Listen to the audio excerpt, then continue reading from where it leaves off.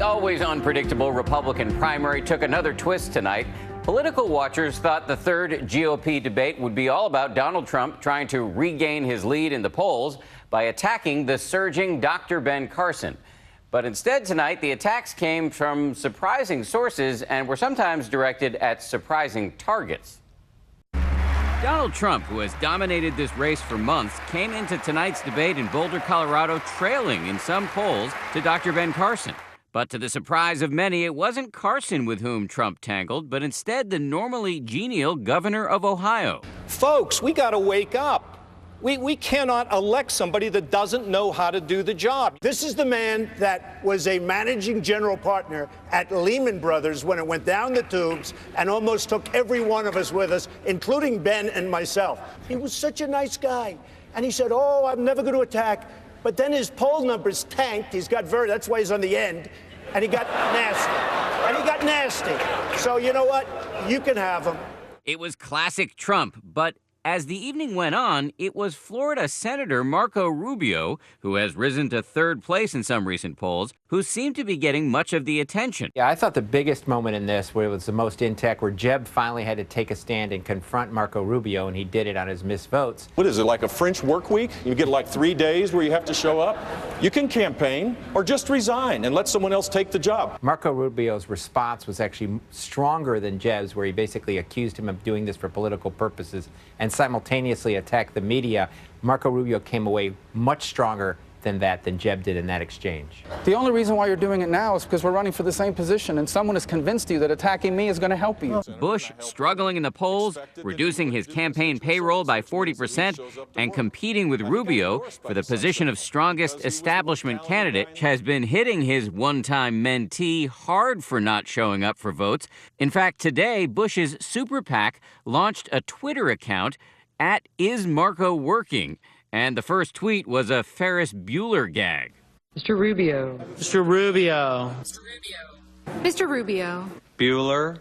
At one point, he was asked about an editorial out just this morning from a home state newspaper calling on him to resign for skipping votes in the Senate while out running for president. When they say you act like you hate your job, do you? I read that editorial today with a great amusement. In 2008, Barack Obama missed 60 or 70% of his votes, and the same newspaper endorsed him again.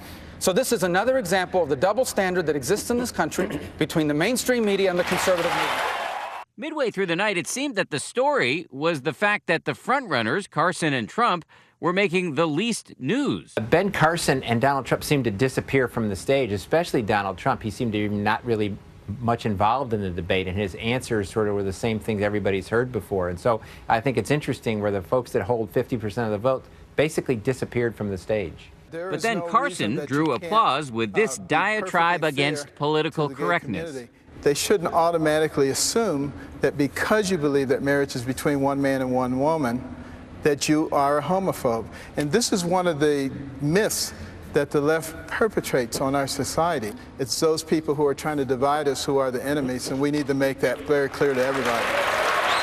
Going into this evening, the chattering classes had assumed that the primary dynamic would be Donald Trump, who has dominated this race for months, going after Ben Carson, who's now starting to beat him in some polls. Iowa, will you get your numbers up, please? Hey, I promise you I will do such a good job.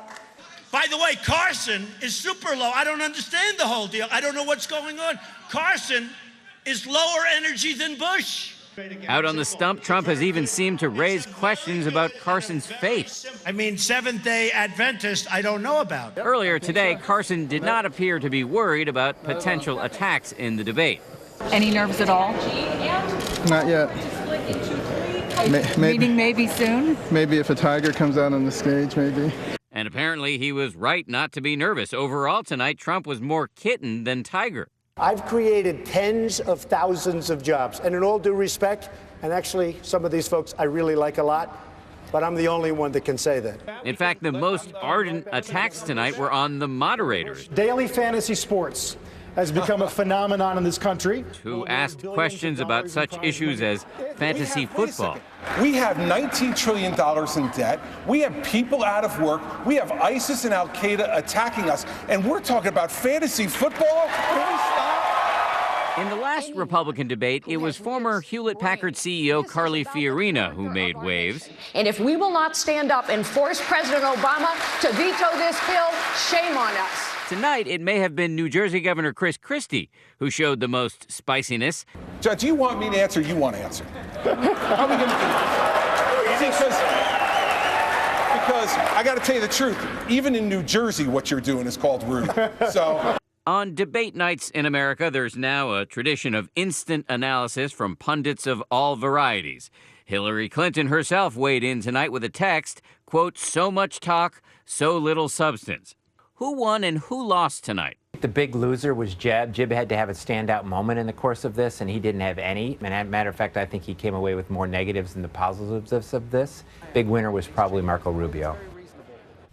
And the early indications from the digital world seem to back up Matt Dowd's analysis. Tonight, Google says Marco Rubio was the top searched candidate during the debate.